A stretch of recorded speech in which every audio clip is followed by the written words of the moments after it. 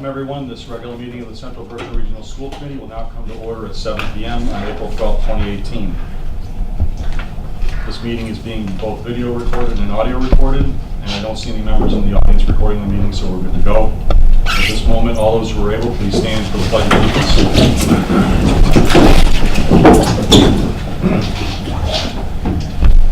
I pledge allegiance to the flag of the United States of America and to the republic for which it stands, one nation, under God, indivisible, with liberty and justice for all.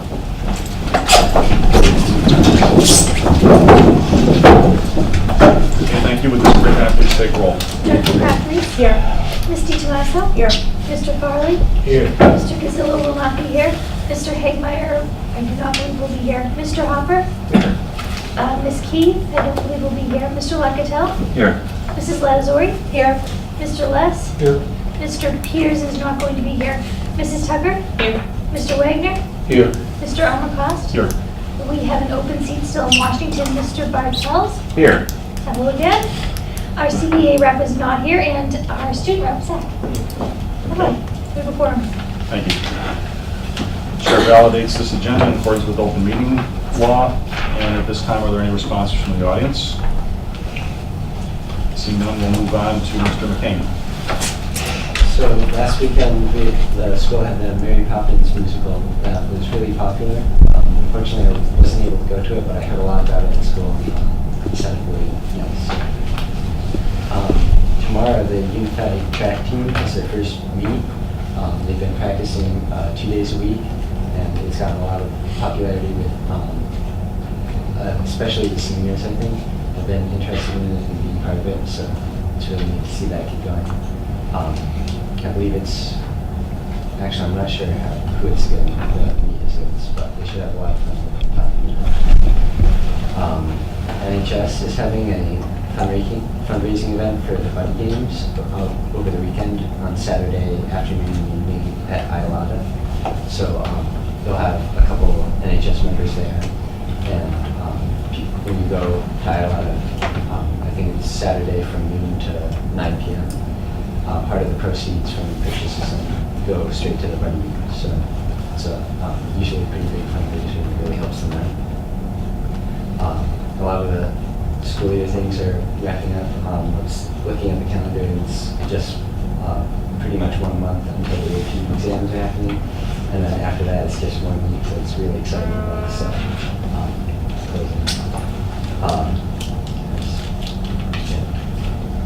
Okay, thanks, Zach. Are there any questions? Okay, we'll move on. The Secretary's report. Would a member please make a motion to accept the minutes of the meeting of March 22nd? Move to approve the minutes of the regular meeting of March 22nd as printed. Second. We have a motion and a second to approve the minutes of the meeting of March 22nd. Is there any discussion? Seeing none, all those in favor say aye. Aye. Any opposed? Any abstentions? Motion carries. Okay, would a member please dispense with the warrants under financial report? Move to approve warrant number 2018-37 dated April 13th, 2018. Accounts payable in the amount of $315,293.02. Second. We have a motion and a second to approve warrant number 2018-37. Is there any discussion? Seeing none, all those in favor say aye. Aye. Any opposed? Any abstentions? Same. One abstention, the motion carries. Move to approve warrant number PR 2018-40 dated April 5th, 2018. Payroll in the amount of $634,026.74. Second. We have a motion and a second to approve warrant number PR-2018-40. Is there any discussion? Seeing none, all those in favor say aye. Aye. Any opposed? Any abstentions? One abstention, the motion carries. Move to approve warrant number 2018-40D dated April 5th, 2018. Accounts payable in the amount of $117,968.59. We have a motion and a second to approve warrant number 2018-40 Delta. Is there any discussion? Seeing none, all those in favor say aye. Aye. Any opposed? Any Any abstentions? One abstention, the motion carries. Next order of business is under gifts and donations. Would a member please make the two motions to follow?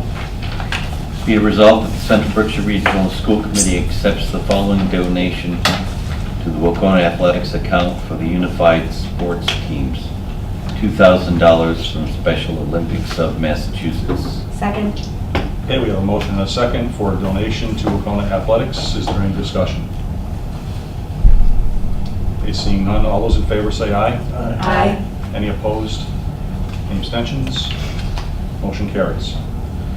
Be it resolved that the Central Berkshire Regional School Committee accepts the following donation to the Central Berkshire gift account for the elementary music program.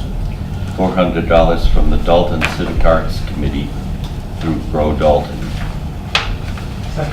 We have a motion and a second to accept the donation for the elementary music program. Is there any discussion? Seeing none, all those in favor say aye. Aye. Any opposed? Any abstentions? Motion carries. Next order of business is under communications, noting we still have a vacancy for the town of Washington on the school committee. November 2018 school committee election is noted here, and Mr. Bueno advised me tonight that the nomination paperwork last time around was received in late April. So we haven't seen it yet, hoping we're seeing it at the, we see it towards the end of the month. And also the annual town meeting dates are also noted. If there's no questions under communications, we'll move on to subcommittee reports and recommendations. Okay, report from curriculum, please. We haven't met during this time, but we will be meeting in May. But I just wanted to say that I had the good fortune of going to the book club that was led by Leslie Blake Davis on Monday night. And there were 8 people there who were participating in a book talk about the book, Let Them Thrive by Dr. Novak. And she's the same person who has taught the graduate course for many people who are taking it. And it was a well-represented group, lots of parents of young children, middle school children, and high school children, so it spanned. And people were making good connections and participating. Leslie did a great job of facilitating. I also went to the training day on Tuesday with the administrative team, and that was by Dr. Rodriguez. And again, I was just so impressed with the quality of work that we were doing and how everybody from Lori on down was buying into it and really promoting this for the kids. And engagement is such a big part of this whole discussion, and also student ownership. I remember as a teacher doing what we called all the heavy lifting. We did the talking, they did the listening, and then the spitting back out at us. But now it's so much better that kids are owning their own work and their own learning. So we'll be talking about it more at curriculum meetings. Okay, thank you. Any questions? Okay, finance? Okay, so we met on April 9th at 6:30 and this is primarily to meet with the Cummington Ad Hoc Education Committee and their select person, Kip Sears, at their request. The meeting was requested by Cummington's attorney, Christine Doctor. She made the request to Russ DePierre to discuss and negotiate Cummington withdrawal.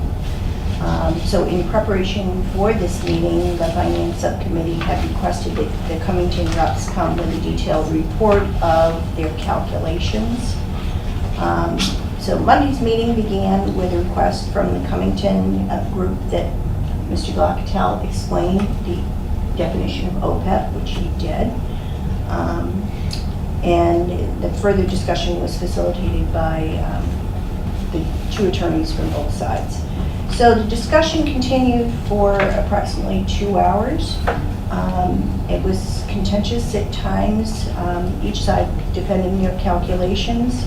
I do want to mention that I think unfairly, Mr. Glocketel was the subject of some pointed comments that I didn't think were really fair, because he was just representing the facts and trying to explain the calculations. And there was some emotion in the conversation.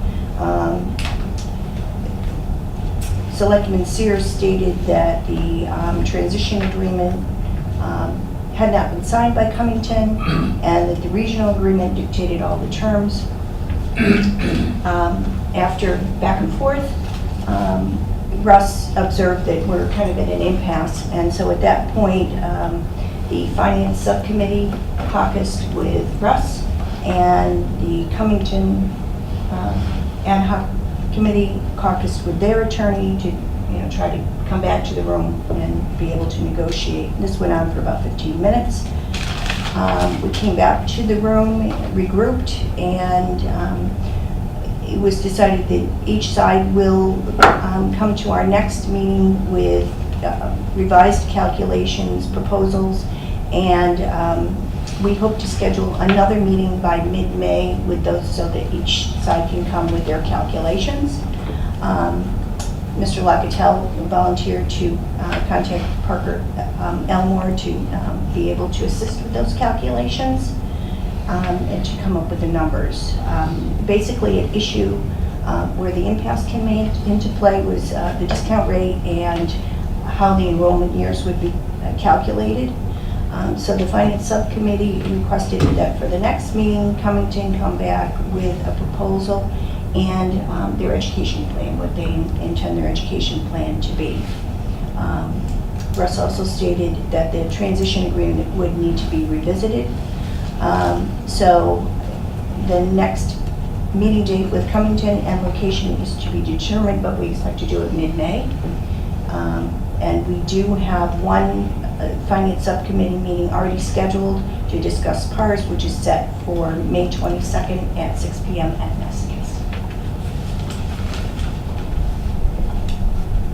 Just out of curiosity, how many members were there for each party?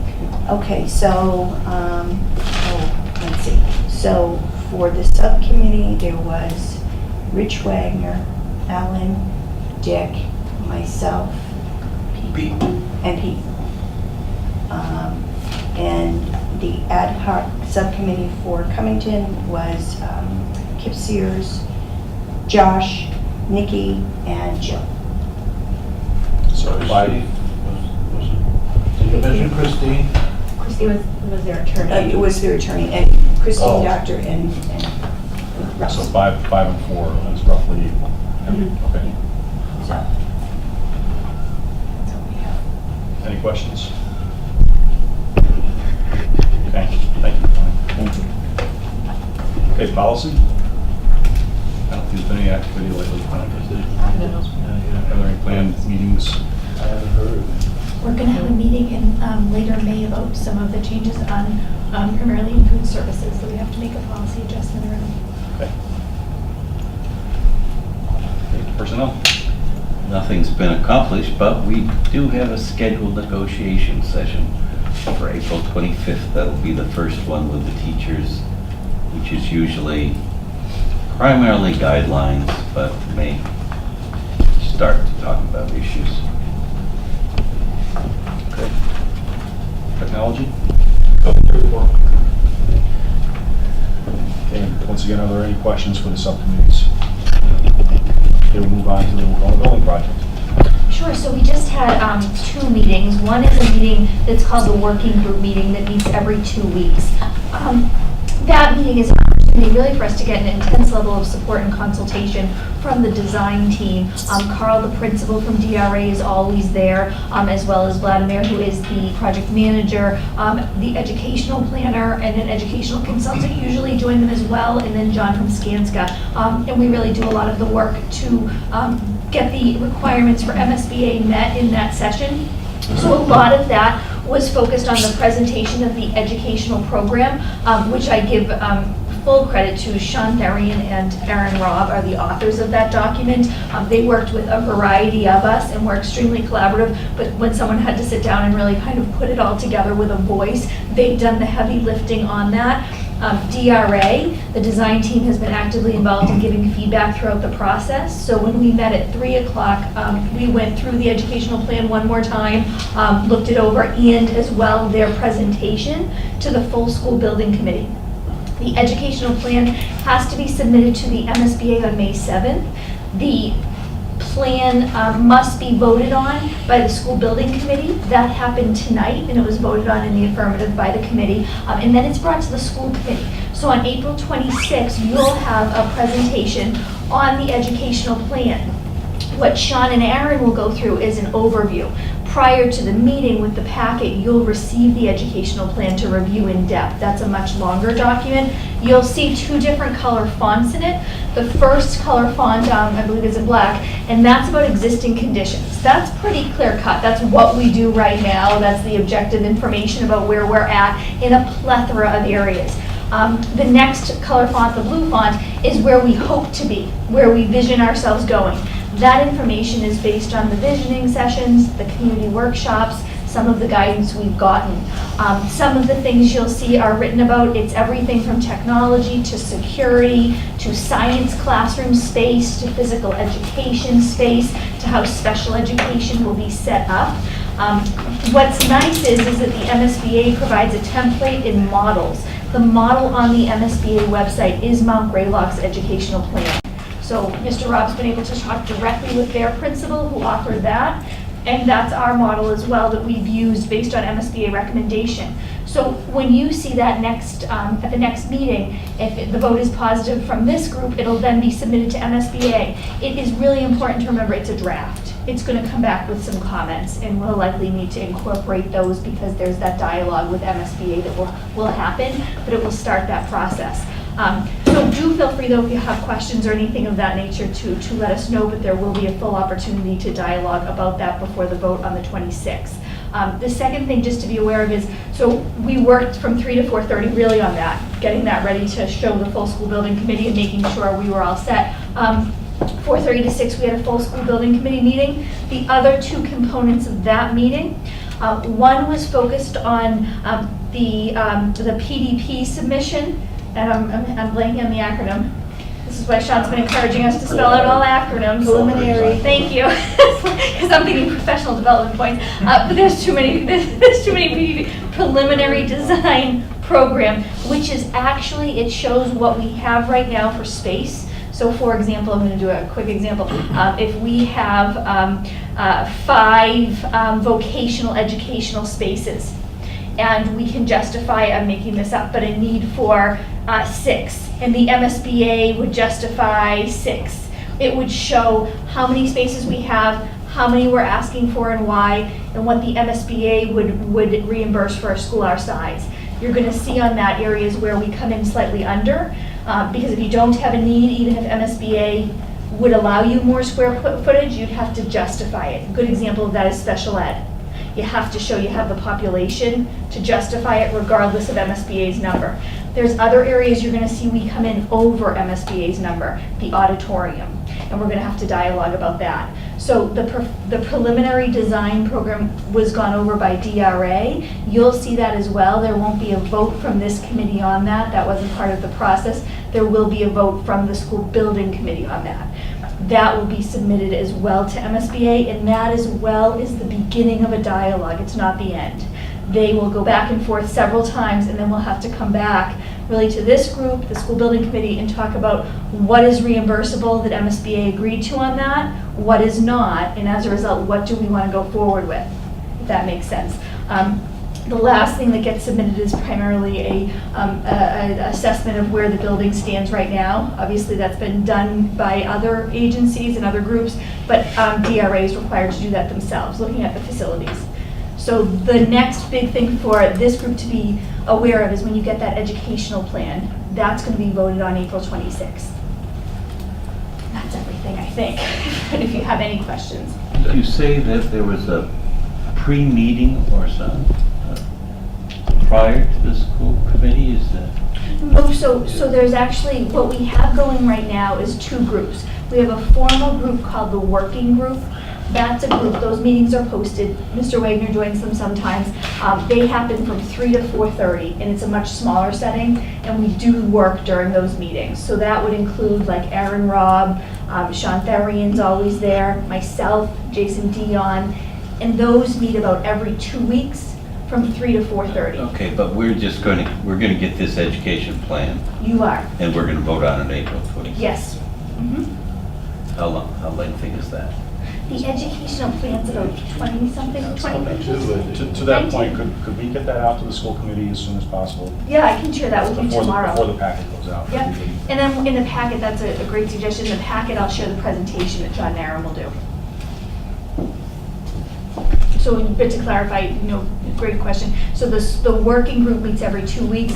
The full school building committee, which is the official, if you will, like the working group's a subcommittee, the full school building committee usually meets every month, but sometimes when votes are due, it's every 2 weeks. And that's a formal meeting that Sean runs.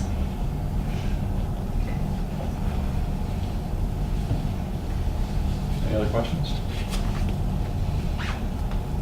Okay. So the next order of business is superintendent's report recommendations. I'd like to interject quickly here. The superintendent's evaluation is coming up in June, so we're already at April. We're not too far away from that. You'll be getting the forms, the paperwork in May. If you want to take the opportunity to get out into the community and engage how everyone feels the district is doing, this is a good time to do it. It's also reaching out to students, reaching out to staff. It gives us a good assessment, even though we get a good assessment in these meetings through Lori's reports and other activities that we see going on in the district. But I just want to make people mindful of that we're on that path now to the yearly evaluation. Sean, what was the date for that? June? It's going to be in June. In June. Yeah. Town meeting coming up early. Where's the crowd? Yeah, there you go. So on that note,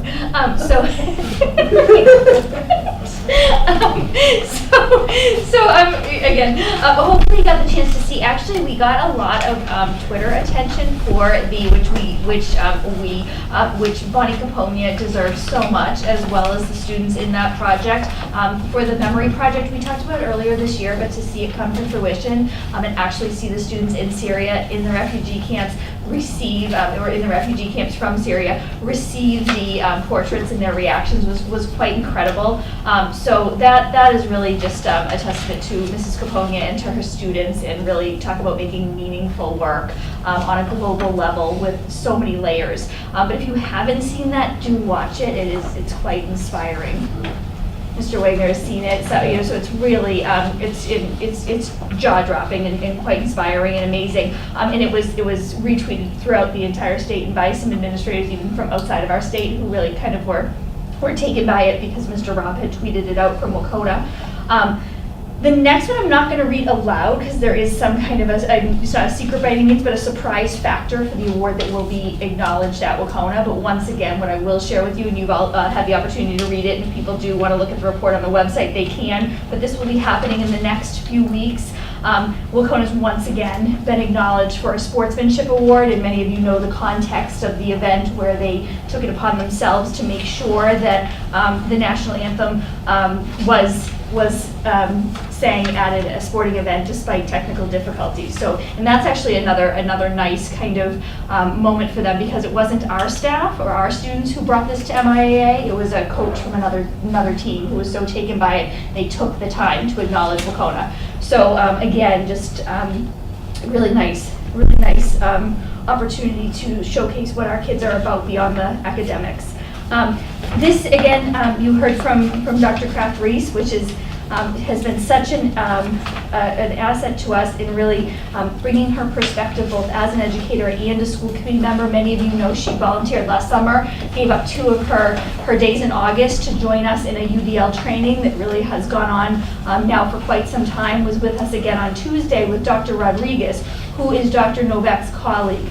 Katie Novak is the author of Let Them Thrive, and part of our UDL implementation plan is reaching all constituents and stakeholders, parents being a huge part of that group, school committee members being a part of that group. And one of the things for this year, we had put in our plan that we would do, because what we look at is our strategic plan is our long-range plan, but we need yearly plans to keep us on task. And it was a book group with Let Them Thrive. So it just started. It's I think going to be excellent. The other thing is Dr. Novak, who's the author of the book that this parent group, community group is studying, is actually going to Skype. It's what's the other one? Google Hangout. She's going to do a Google Hangout with the book group and answer their questions in person, so they'll actually be able to dialogue with the author, which will be great, in addition to Leslie. But the other part of this is kind of making sure everything makes sense. 54 educators just finished a graduate level course with Dr. Novak on universally designed learning. That is so much more capacity building than a day workshop or a 2-day workshop. This was a graduate level course they were able to earn graduate level credits for, and the outcomes were phenomenal. I did include a link if you haven't had a chance to click on it. It's actually a podcast that Amy Packard, Megan Smith, Teresa Bills, and Stephen Mercier, who are our 5th grade team at Craneville, created. So I actually drove past my house the other night because I was listening to it and wanted to finish. So I was like, I gotta, because once I get in the house, I'm not gonna get to listen to it. I was like, I gotta finish this. They're really, really good. They've become really experts and knowledgeable in this, and I think you're gonna see the impacts. I know you're going to see the impacts for kids. I've already started to see them when I go into classrooms. But it's all about giving kids choice and opportunities that allow us to keep a firm goal so everyone accesses the same rigorous curriculum, but they have a choice in how to get there. And I don't want to offend Zach, so I almost want to close his ears because this is not Zach. But Carrie Mason, who's our PE and wellness coordinator, made a comment the other day, because she sees all students, that she's seeing a lot more comfort with our 9th graders, with the exception of Zach, compared to our 12th graders, with their comfort with owning learning and making choices and not having things as structured because of the different model that they're seeing coming up through the grades. So I thought that was interesting perspective that Carrie shared. So the only other things that I have on here, I'll skip the next one because it's a little bit more complicated and come right back to it, but student surveys. We do conduct annual student surveys. I didn't know if you were fully aware of that, so I wanted to bring that to your attention. We're in that administration of the surveys right now. The survey information goes directly back to teachers. That's also part of UDL. What are the students' voice? What are they feeling about the instruction? What do they need? And if you click on the links, you can actually see the surveys, and these are DESE approved surveys, but we did do work with them, with teachers, to make sure they meet our needs. There's a separate survey from the nurses that I don't have here, but I certainly can share, and then our K2 survey is a 5-question survey that uses symbols as opposed to words. So, you know, people, one of the videos from the class the other day was showing kindergartners giving feedback to a teacher, and anyone who doesn't think you can get authentic feedback from kindergartners just needs to watch this because they were able to give some pretty excellent feedback to their peers and about their own needs as well in the classroom. So the last thing that just kind of is the heavier kind of technical, I kind of went through just to let you know where we're at with MCAS. Administration's happening. All MCAS administration 3 through 8 is computer-based, as Mr. White knows well. So we have excellent support from Mr. White and Mr. Sturgis to make sure this is going smoothly. The MCAS administration at the secondary level at 9 and 10 is still paper-based. That will change going into next year. They are doing some pilots online of the assessment that will replace the legacy test. We know this is the last year of the high school legacy test, and then it will change going into next year and become a computer-based test based on some of the changes in the standards. So that'll be important to note. The only other thing I wanted to note, and I don't want to get too deep into it because it's still pretty complex for myself as well. It's new information, hot off the presses kind of stuff that we're still waiting for guidance on and processing. The accountability levels for next year are changing. You will no longer hear things like a level 1 school versus a level 2, 3, 4, 5. Accountability levels will be purely based on the achievement and closing of the achievement gap, as well as the assistance you need from the state. So you're going to be able to equate it. They're going to be called things like meeting targets. What is meeting targets? Most likely that's your 1. Partially meeting targets. But they're not going to be 1, 2, 3, 4, 5. So just to be aware of that. I don't blame you if you feel frustration around this, because I feel like I've said it, especially in the past 3 or 4 years, too many times, but they are saying you cannot compare the data that we received in 2017 and the data we're going to receive in 2018, because they're changing the factors they use to come out with the actual accountability measures. It's frustrating, and but we certainly can talk about that more. Just a couple other things. What they're really emphasizing is closing the achievement gap. So If there's less than 20 students in a cohort who are identified as high needs, you won't see 2 reports. This is going to make it even more difficult to have conversations when we look at Beckett, Kittredge versus Craneville. Craneville's going to get 2 scores. They're going to be scored based on their lowest performing 25, Mary Kay? 20%, seriously, 20% of students and their overall performance. They're actually going to get a score of that. Kittredge and Beckett are unlikely to be able to have a cohort to do that. So we are going to receive a list of who those students are in a Dropbox right around this time of year. Going forward, it's going to start happening in the fall, so we'll have it much earlier. And those students' specific progress in closing the achievement gap is going to equate to a substantial portion of a school's score. So a lot of this is exactly what we've been talking about. The state is most concerned really with closing the achievement gap for all learners. English language learners are rated far heavier than they've ever been before. And then the other thing they're looking at, which is somewhat new, at 3 through 8, 3 through 12, chronic absenteeism. So students who missed more than 10% of the school year. They've never tracked that before and weighted it during an assessment, and they will be now. There's one new factor at the high school, and if this is like, you're saying this is a lot, we're going to talk about this a lot, but I just want to put some things in your head. Another interesting factor at the high school, and it does talk to what you've heard Aaron and Rob talk about. They're now for the first time adding an accountability measure specific to high need students taking upper level courses at the 11th and 12th grade. They've never before looked at what happens after 10th grade. And now they're looking at the percentage of students who are high need students taking AP, International Baccalaureate, which is not a program we have, those kinds of courses. So really pushing non-traditional AP students to take those courses. So as we learn more, we'll share more, but just to kind of give you an overall idea of that. They're still looking at graduation rate, that's still a priority. Student achievement, plus closing of the proficiency gaps is the biggest factor. But there's a couple other things they're now looking at and weighing more heavily than previously. Does that make sense? And I think we're all hopeful that it will stabilize again for a period of time so we can start to really look at patterns again in ways that make sense. We'll still do that next year, but we will do it with a reminder of just the differences, that we're not comparing apples to apples. We're not comparing apples to pizza, but we're not comparing apples to apples. So that's that. Sorry, could I ask you one question? Sure. The link for this capstone project under the UDL, is it available? I mean, it says linked, underlined. This never came through, my email. So could we get a hard copy of what the actual link is versus Yeah. the hyperlink?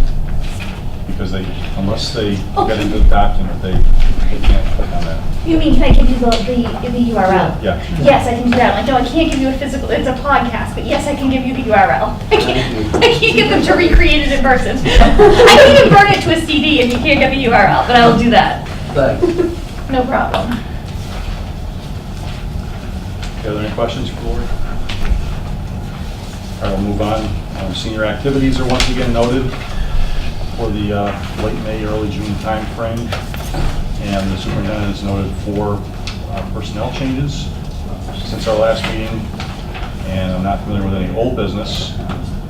This is a quick meeting. Any new business, we have none, but if anyone wants any particular item put on the agenda for next time, just let us know. Or if you have any ideas tonight that you want to share. Okay, we'll end up with Mark's remarks for the good of the committee. Mr. Roberts. Yeah, I too would like to congratulate the play. It was wonderful. I try to go every year, and it was really well done this year, as always. And I'd also like to congratulate a group of students at the high school who won the A Division bowling championship in Massachusetts. I haven't seen it notified here yet, but I went and looked. I'm sorry, I don't know their names, but I know one name. I know one name, but I don't know the rest of them. I looked before I came and I couldn't find them. So it's a pretty good achievement, and hopefully they put that trophy right in the trophy case at the school. So it's a really good, and some of the bowlers in this area are doing really well. I I will mention that name if you'd like me to, but no. He came in, what, third in the state? Yeah, individuals, yeah. Individually, and will be going to nationals this year, so. And then we have, Alan Swain's a phenomenal bowler. He goes to Texas. But just in general, the whole county is still big at bowling. The young lady from Taconic will be getting a scholarship to go bowling in the Midwest. So, Really? yeah, Wow, that's so it is good. I'd like to make a shout out to the play. I enjoyed it. It was professionally done. And not only were the actors and actresses, they did a very nice job. But the set design and the things they did with the set were really kind of amazing.